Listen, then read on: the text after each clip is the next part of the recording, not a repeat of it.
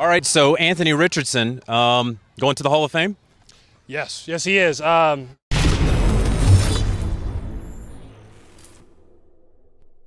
We've talked about CJ Stroud on this channel. We've talked about Bryce Young, but we have relatively ignored the third quarterback drafted in the top 5 of this year's NFL draft, Anthony Richardson. Richardson, elite athlete, no doubt about it. The Colts decided to name him their starter after just one preseason game, and the hype train is again running off the rails. Teammate Michael Pittman Jr. told CBS this week he thinks Richardson is a Hall of Fame talent. Kyle Ledbetter, what say you?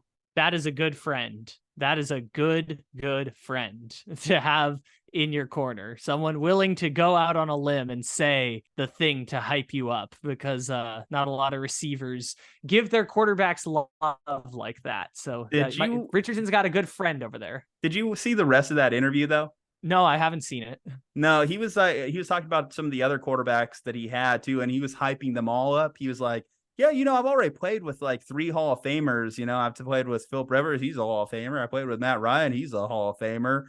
Carson Wentz, was the MVP that year, so he's pretty good too. So he's like, I know what a Hall of Famer looks like. I think this guy's a Hall of Famer. That's kind of like Michael Pittman, how he was coming at it from. Now, here's what I would say, though.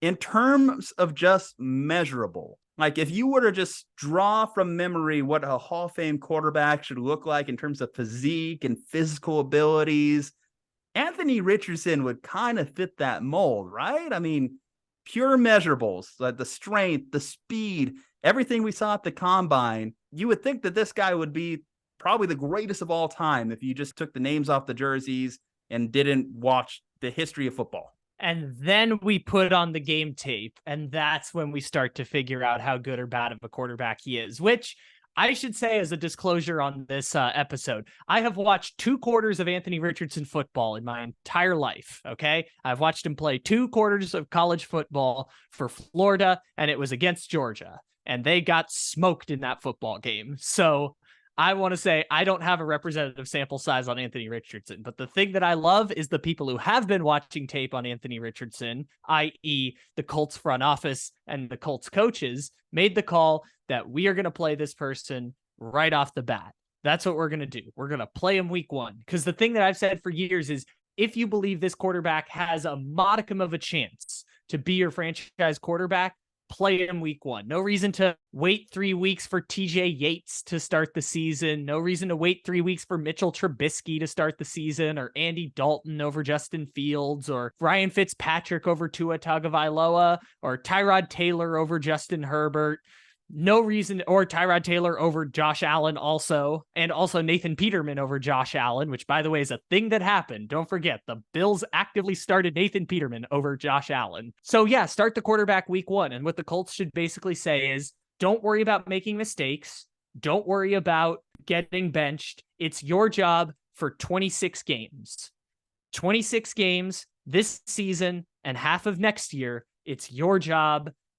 Don't worry about making mistakes. This is all about developmental projects, and the Colts seem to be doing that same thing. So that way they will at least begin to get a representative sample size on what Anthony Richardson is before they go out and start trading draft picks for stars and actually spending money and going all in on trying to build around Anthony Richardson. Now, here's what I would say, and this is the big X factor in Anthony Richardson's development. Shane Steichen, former Philadelphia Eagles offensive coordinator, Shane Steichen. Who was Shane Steichen's quarterback just a year ago that basically got him the job in Indianapolis? Jalen Hurts, another impressive athlete playing the quarterback position. So if I have a better athlete, I have a bigger, stronger athlete in Anthony Richardson than Jalen Hurts. If I insert him into this Philadelphia Eagles offense that was very successful last year, can I replicate that form of success? Can I build this guy up in this offense? Because I think Shane Steichen, I think that they're joined at the hips for what this project will become for the Indianapolis Colts. So what do you think of Anthony Richardson when you apply the Jalen Hurts role to what he can do in this offense? So I went back to see where Shane Steichen had worked prior to being the offensive coordinator for the Philadelphia Eagles. And he was with the Chargers for 7 seasons in various roles. He was a quality control coach and then a quarterbacks coach and then an offensive coordinator. So he worked with Phillip Rivers for 6 years. And then the 1 year of Justin Herbert's rookie season when they fired Anthony Lynn at the end of the year. So he was there for Justin Herbert's rookie season as the offensive coordinator and then moved on to Philadelphia with Nick Sirianni and Jalen Hurts.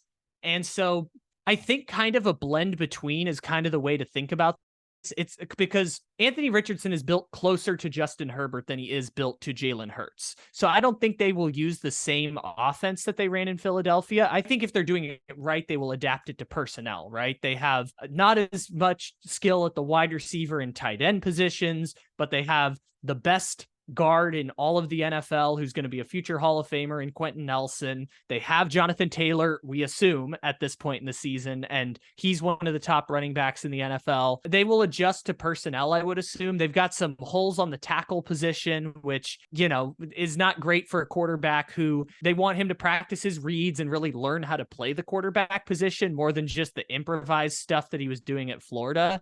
So I'm curious to see what they do similar to you with Steichen. And very similarly, unless this thing just goes totally off the rails, Steichen and Richardson are together for 2 seasons in Indianapolis. And after a season and a half, I would say like 26 games, I would bet that we have a representative sample size of whether this thing has legs or not. Now, what could be interesting to monitor is the division they play in. So the fact that CJ Stroud got drafted in the same division, you have a similar situation with a first-year head coach there. How important do you think it is going to be in the course of both those guys' careers to get compared against each other in the same AFC South? Well, we know the NFL moves fast, right? People were saying this same conversation about Zach Wilson versus Trevor Lawrence at the beginning, and now that conversation has basically just stopped its existence. Yes, but at the same time, different divisions. So they played head-to-head, I believe, their rookie year, but there's nothing quite like playing twice a year, getting compared to each other as both, again, top 5 draft picks at quarterback in the same position.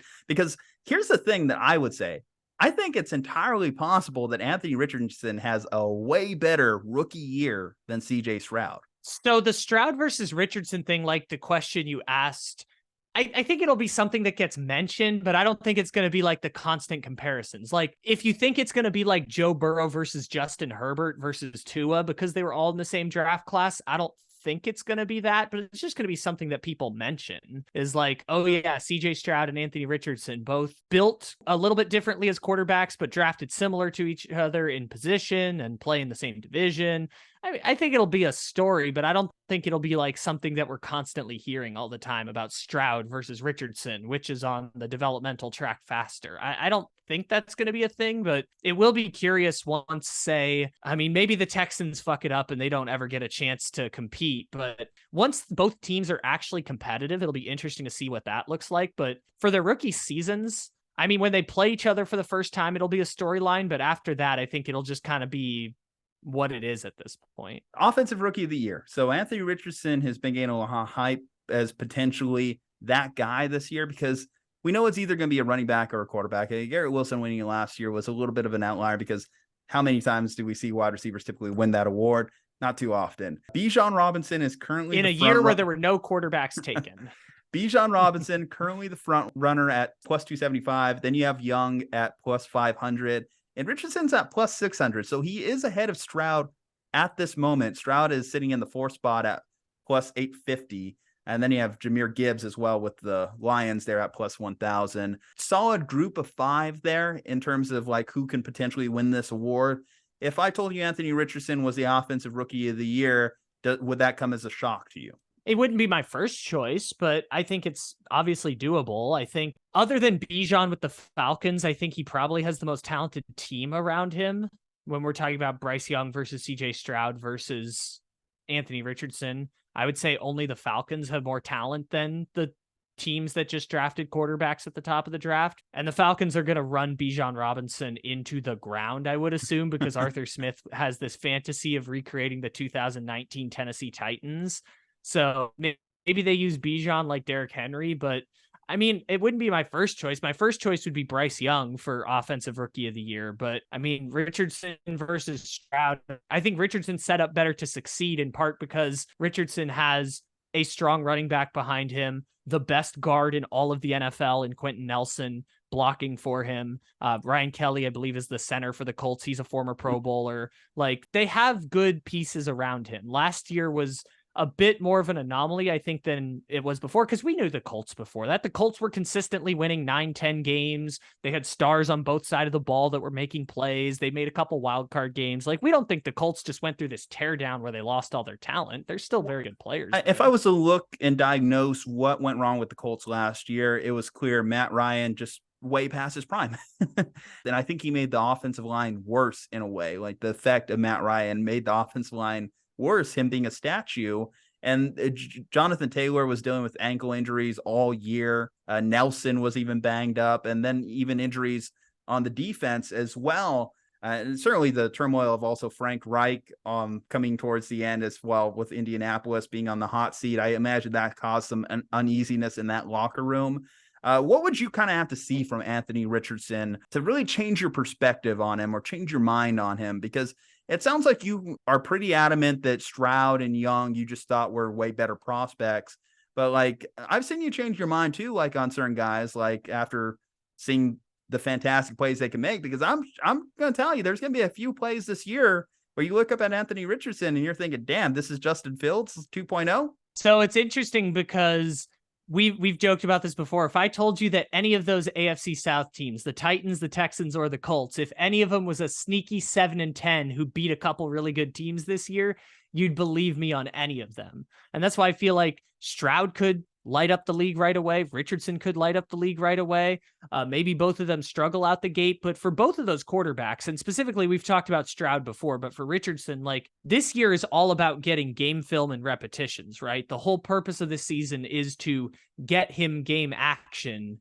Regardless of result, it's going to be about development, which is, it's funny that you brought up Justin Fields, because that's what the Chicago Bears did for a season and a half for Justin Fields. I know he took over for Andy Dalton in the middle of the season with Matt Nagy's last year, but basically what they said is, look, we suck. We don't have enough talent to compete.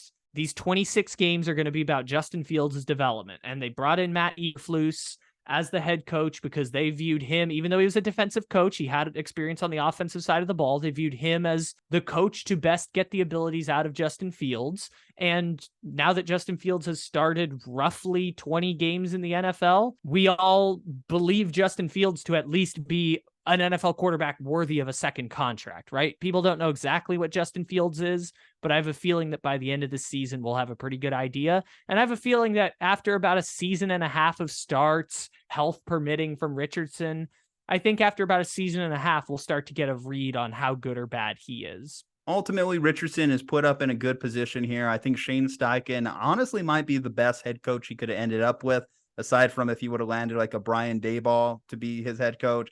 I think Steichen, just given the offense that he ran in Philadelphia, I could see it working out really well for him on that respect. They have playmakers. They're not in net that talent. Even if, let's say, Jonathan Taylor doesn't come back, I still think a wide receiving room of Michael Pittman and Alex Pierce can certainly be good enough to make enough plays on the field for them. And you mentioned the offensive line. If they can come back to form like they did the previous 3 years as opposed to last year, then that's going to be a good base for a young rookie quarterback. And if not, at least that's where you would say Anthony Richardson's ability to move, that's where that comes in handy. If you don't have the best offensive line in front of you, the ability to get up and go, if he can make some plays like he did in that game against Utah last year, I think that that's going to be very exciting for NFL fans, Indianapolis fans, fantasy fans, whoever is watching this young man play. And he's the type of guy that you want to root for too. I mean, we're seeing all the positive press coming off Anthony Richardson, right? Staying after to sign balls, picking up after like wait staff and doing all this extra stuff. Certainly seems like a high character guy. Hopefully it plays out well for him. Anyway, guys, what do you think of Anthony Richardson? What do you think of Michael Pittman Jr.'s bold claim that he is a Hall of Fame talent? What can you see happening for Richardson in his first year with the Indianapolis Colts? I'd like to hear your thoughts down below. Leave a like on the video, subscribe to the channel, follow us on all our social medias from Juju and Kyle. Stay safe, happy, and healthy. We will see you next time.